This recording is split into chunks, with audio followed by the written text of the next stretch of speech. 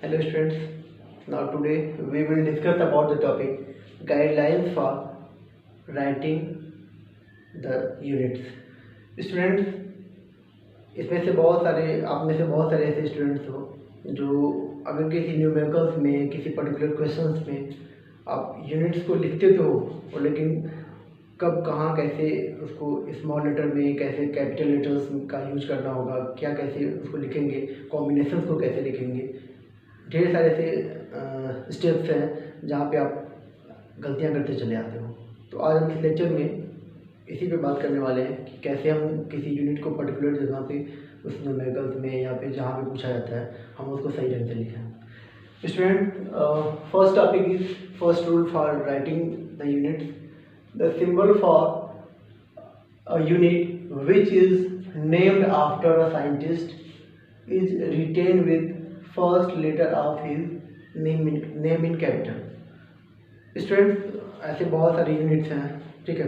जितने भी यूनिट्स हैं अगर उनका नेम, जो भी यूनिट्स का नेम है अगर किसी साइंटिस्ट के नेम के अकॉर्डिंग है, मतलब ये कि साइंटिस्ट के नेम पर है, तो फिर ऐसे यूनिट्स को जब हम सिंबल के रूप में लिखेंगे तो हमेशा क्या करते हैं, with first letter of his name in capital. For example, अगर हम मान लो न्यूटन को लिखते हैं तो न्यूटन को जब सिंबल के रूप में लिखना होगा तो क्या होगा, पहले लेटर को क्या करेंगे, उसको एन को कैपिटल कर देंगे, ये हो जाएगा symbol for unit, sorry newton. Similarly we can take example of joule. अगर हम बात करें joule, unit of work energy, sorry unit of work energy, okay. Now अगर देखें तो ये फर्स्ट लेटर जे स्मॉल में है, लेकिन अगर हम इसको सिंबल के रूप में लिखेंगे तो ये कैपिटल जे कर देंगे, ठीक, according to this rule. Now similarly we can take example of watt, example of pascal etcetera. Now second topic is the symbol for a unit which is not named after a scientist is written in small letter. मतलब ये कि अगर वो scientist के name पर है तो फिर हम वो कैपिटल लेटर्स में पहले लेटर को कैपिटल लेटर में हम लिख करके उसको लिख सकते हैं। अगर बात आती है कि वो साइंटिस्ट के नेम पर नहीं है, for example unit of length metre, metre ना तो किसी साइंटिस्ट का नाम है ना कुछ, okay. Unit of time second, unit of mass kilogram, ये जितने भी यूनिट हैं इनको अगर हम सिंबल के रूप में लिखना चाहते हैं तो कुछ नहीं, बस आप पहले लेटर को स्मॉल लेटर में लिखते चले जाओगे, ठीक। किलोग्राम को केजी से रिप्रेजेंट करते हैं, ठीक है। तो अगर वो साइंटिस्ट के नेम के अकॉर्डिंग है तो वो कैपिटल लेटर्स में लिखे जाएंगे पहले लेटर को, अगर वो साइंटिस्ट के नेम पर नहीं है तो हम स्मॉल लेटर से लिख के काम चला सकते हैं, ठीक है। Next third point is full name of unit whether after name of a scientist or not after name of a scientist is always written with a lower initial letter।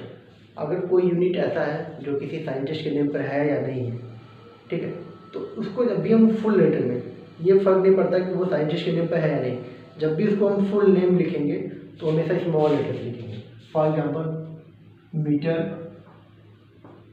Kilogram,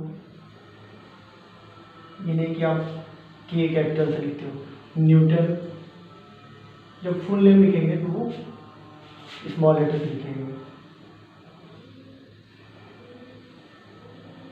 etcetera, okay.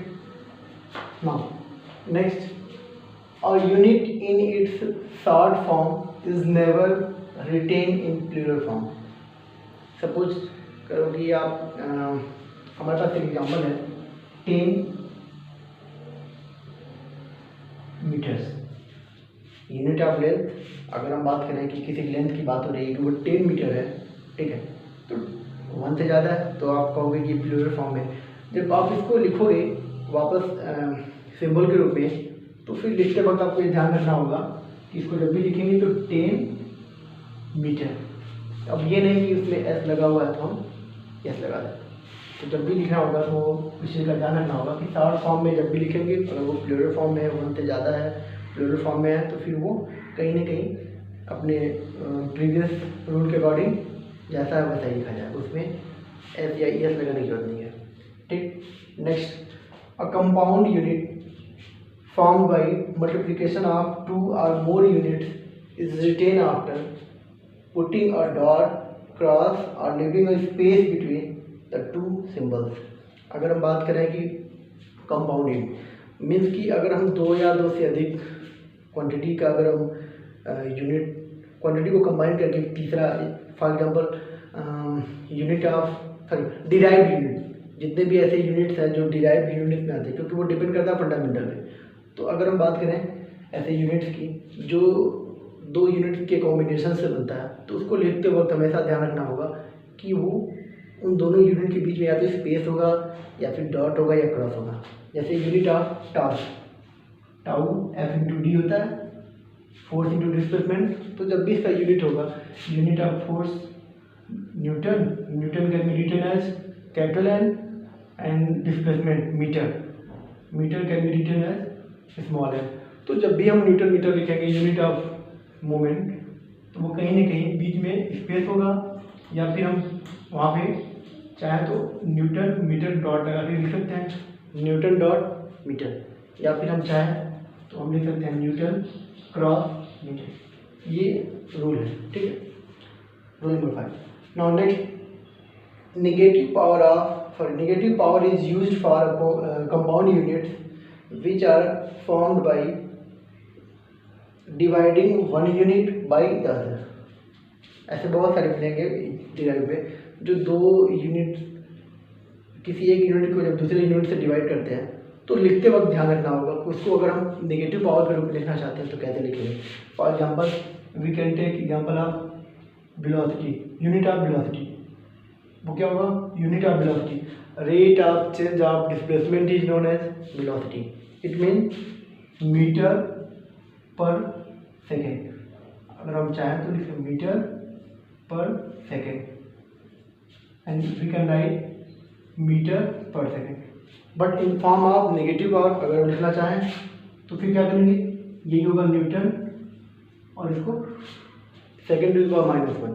But rule number 5 again वो क्या होगा, यहाँ पर follow होगा कि दो units हो गए, अब कॉम्बिनेशन है तो ऑब्वियस है कि बीच में स्पेस होगा, डॉट होगा, क्रॉस होगा, ठीक है। इस चीज़ को ध्यान रखना होगा, तब हम वो नेगेटिव -1 -2 जो भी उस पर पावर पर्टिकुलर यूनिट्स में हम वो लिख पाएंगे। यूनिट ऑफ एक्सीलरेशन मीटर पर second square, written as metre second to the power -2, बीच में कुछ स्पेस होगा, चाहे डॉट होगा या फिर क्रॉस होगा। तो ये सारे रूल्स हैं, इसको फॉलो करते हुए जो भी हम यूनिट्स लिखना चाहें वो लिख सकते हैं। अगर ऐसा करते हैं तो डेफिनेटली हमारे क्वेश्चन का जो आंसर होगा वो परफेक्ट होगा। Thank you.